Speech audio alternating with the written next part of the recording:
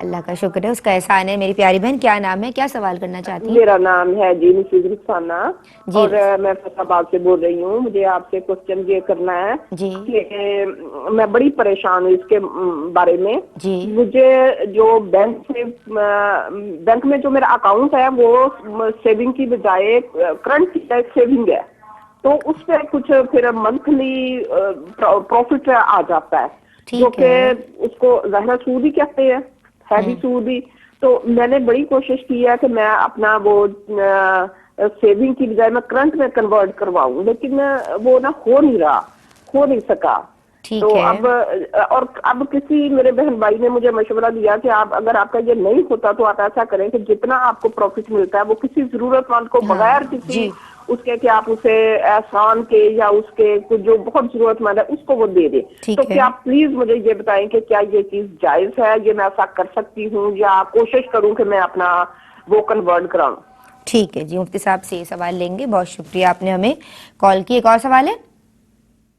ہاں جی اگلا سوال ایک اور ہے ایک اور ہے وہ یہ کہ اگر ہم پہلی اور تیسری رکعت میں دوسری مس کر دیتے ہیں، پہلی رکعت میں تشہد میں بیٹھ جائیں فرض نماز میں، یا دوسری چھوڑ دی اور تیسری میں بیٹھ جائیں، تو بعد میں یاد آ جائے کہ یہ تو میری تیسری رکعت ہے دوسری نہیں ہے، یا یہ کہ پہلی میں یاد آئے کہ یہ تو دوسری نہیں ہے پہلی ہے، تو اس کا پلیز مجھے بتائیں کہ اس کا پھر کیا ہوگا کہ سجدہ سہو کرنا یا کیا کرنا اس کا پوری۔ ٹھیک ہے جی، ایک اور کالر۔ السلام علیکم۔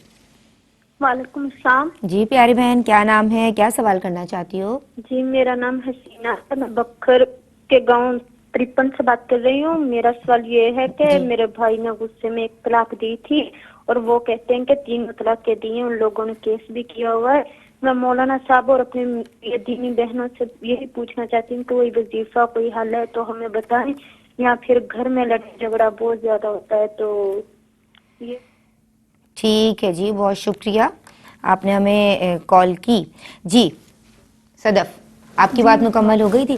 مفتی صاحب میں آپ کی سمت آؤں یا اگلا سوال لے لیجیے؟ لے لیں، ٹھیک ہے۔ میں آپ سے اگلا سوال لوں گی، وہ یہ کہ نکاح کے وقت کیا لڑکی والے یہ شرط رکھ سکتے ہیں کہ شوہر لڑکی کو طلاق نہ دے؟